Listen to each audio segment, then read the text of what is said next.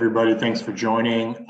Just want to announce that this morning, John Means underwent successful surgery on his left ulnar collateral ligament, also known as Tommy John surgery, performed by Dr. Keith Meister in Dallas. John's been discharged from the hospital. He's going to start his rehabilitation immediately under the direction of our medical staff.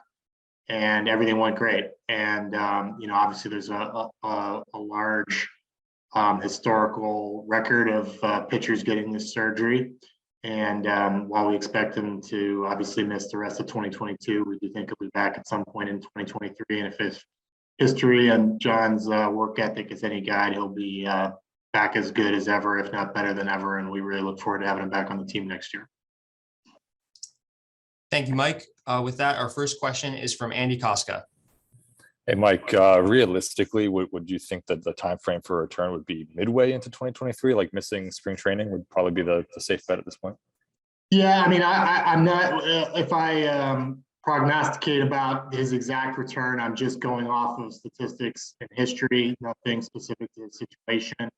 But I think it's fair to say that on the early end, these are kind of 12 months post-op, but really it can take 18 months and, probably it's somewhere in the middle. We'll just take it as it comes. Like I said, I think he's a very hard worker. He's got everything else going for him. We have a first-rate surgeon and rehab staff. The timing, while not great, it definitely is not the worst possible timing. So very optimistic that we get him back hopefully in the first half of 2023, but you gotta leave some allowances for case-by-case specifics, but I'm extremely confident he'll be back and pitching a good portion of the 2023 season.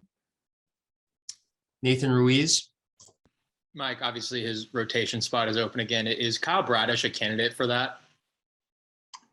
Well, I think anybody in our AAA who's pitching well and pitching as well as Kyle is put themselves in good contention for joining this rotation. Up until the Ellis injury, we had 5 starters that were going pretty good. We're in a situation right now this week where our focus is on the next couple of games here versus the Yankees, which is kind of an all hands on deck approach from the pitching staff. And I think once we get through these next couple of games, we'll take a look at who's rested on the major league roster and see what we do with that 5th rotation spot going forward. But, certainly he and other people have put themselves on the radar for helping the staff this year. Rich Dubroff. Mike, what's the status of Matt Harvey? Is he legally cleared to join the club when he's physically ready? Well, Matt, as you know, is on a minor league contract. He got a late jump signing, and therefore we've had to recreate a spring training experience for him. And he is an extended spring. He is, I believe, scheduled to pitch in an extended spring game tomorrow. He's already pitched in 1 game, is throwing well, showing his typical stuff and velocity. And as far as we're concerned, he's a member of our organization. He's on a minor league contract. When he's ready, we'll get him out of Florida and into affiliate play, and we'll take it as it comes from a baseball standpoint as his stuff and performance dictates. Stan Charles. Hey, Mike, I'm ready to head out to Aberdeen tonight to see Adley Rutschman. And I just wanted to revisit his choice back in 2019. How much of the calculus when you decided to draft him over a Bobby Witt Jr. was what his defense could mean to the Oriole pitching staff going down the road? Well, look, I think you look at catching in baseball right now, there are very few catchers that are impact players both offensively and defensively. It's a very grinding, difficult position. For whatever reason, the last several years, it's become a rare bird to have an all-around catcher like that. This was a package in the draft that really happens like once every 5 years, if not more. And just specific to Adley, we liked everything about him. So, while there were a lot of great choices that year, we made the right pick. We're thrilled with it. And he's doing great. And, I think it's a special talent, a special player. And, it's something that I think we were lucky to have the pick that we did the year that he came out of the draft. And very pleased that, he's back out in Aberdeen, and he'll be working his way back up the ladder soon and picking right up where he left off. Cordell Woodland. Hey, Mike, just kind of sticking with Adley. You mentioned you want to see him pick up where he left off. What is it exactly that do you think he needs to show you that that you're ready to kind of move him up? And do you guys now that he is on his rehab assignment, do you guys have more of a definitive timeline that you're kind of looking at with him? Well, look, he's been under the circumstances of some very unusual stuff. He came out of the draft in 2019 as a very heralded, almost generational college talent. He went out and played a little bit that summer, and then the world shut down. The minor league season got canceled. He was at an alternate site all of 2020, didn't really get to play a true full minor league season until 2021, and he went through AA and AAA with flying colors, and then came into camp this year as the #1 prospect in baseball.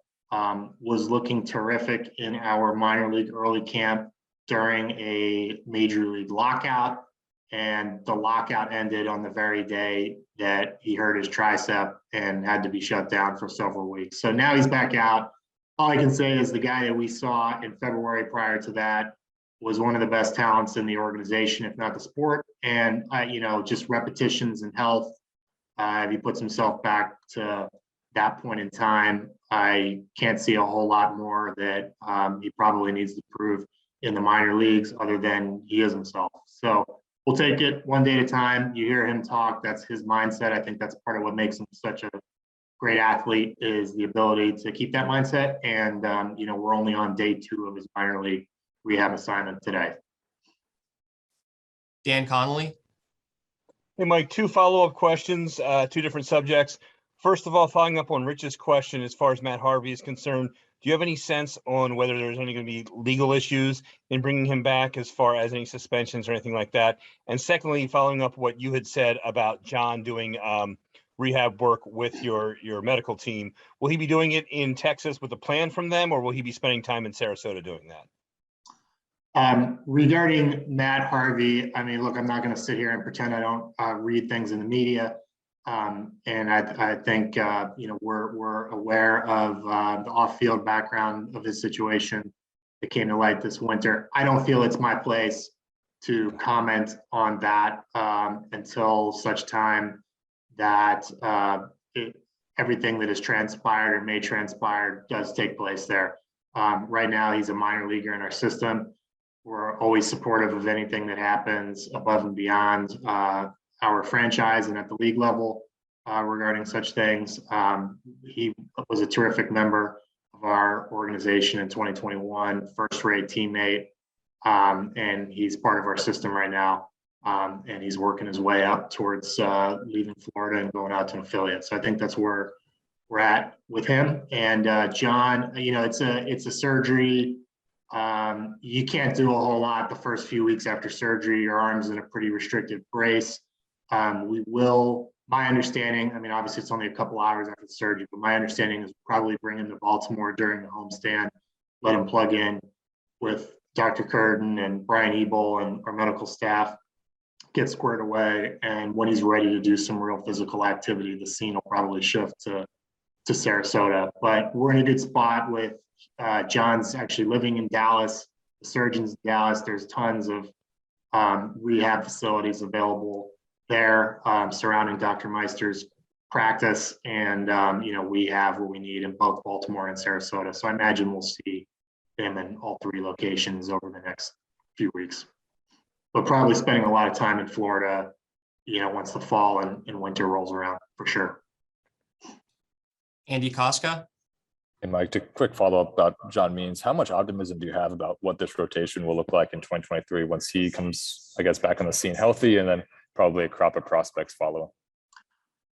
Well, I have I have a lot of hope. As John's injury demonstrated, pitching's a very fragile thing, and you might even make the arguments more of a numbers game. But I can't complain about the fact that we have a guy like John who'll be coming back from surgery. We've got some arms in this rotation right now that we're watching, and a guy in Tyler Wells who's pitching tonight that I think is going to settle in as a very good major league starter. We've got some other guys that are hurt right now or in the bullpen. I'm alluding to Dean Kramer, and then guys in the pen like Mike Bauman and Keegan Aiken, all of whom continue to show some promise. And then we got the best pitching prospect in the minors in AAA. DL Hall is going to be starting for Aberdeen on Friday. He's a hell of a talent, and it's just about innings and health with him. So I feel like the talent's there.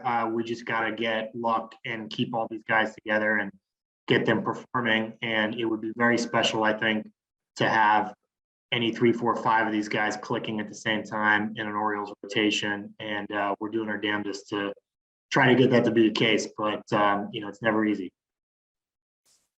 Nathan Ruiz. Yeah, Mike, just to follow up with DL, what is the plan for his progression and how do you see him spending the next few weeks and months?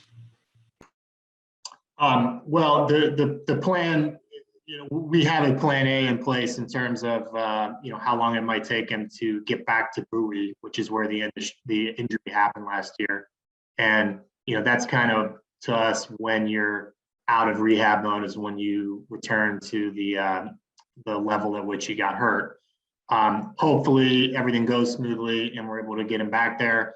But I think right now it's just about covering innings, throwing strikes, not having any injury setbacks. The stuff and the velocity are certainly there. And I think we're going to see that on display on Friday. And look, once he's back to being himself in Bowie, the guy's on the 40-man roster. He's got major league stuff. Now he hasn't pitched in AAA yet. There's a few things I think he needs to show us from a performance and skill perspective that he just didn't get around to doing or didn't get enough time to do in 2021 before having the injury. I think like 7 starts into the season or something like that. But it's not a ton. This is a kid with a great arm and great stuff, and he's maturing rapidly. But we need to get this injury behind him first and foremost. And we also have to be mindful of what his workload is going to be with the goal that he stays up and running all year long. That's going to require some pacing in terms of the bullets that he's firing and the innings that he's racking up, just given that he only threw, I think, less than 40 official innings last year. It's something we got to be careful of with coming off of a stress fracture. Do you have an official innings pitch count for him on Friday? No, I think if everything goes really well, and he's been built up to 4+ in Florida. So I think that's in the realm of possibility come Friday, but obviously we're not going to push his pitch counts per inning or anything like that. And we're not going to force anything to happen. But if he's going smoothly in Aberdeen, it could be a fairly substantial minor league type of start, meaning 4+ innings. Rich Dubroff. You mentioned Kramer a minute ago. What's the timetable on his return?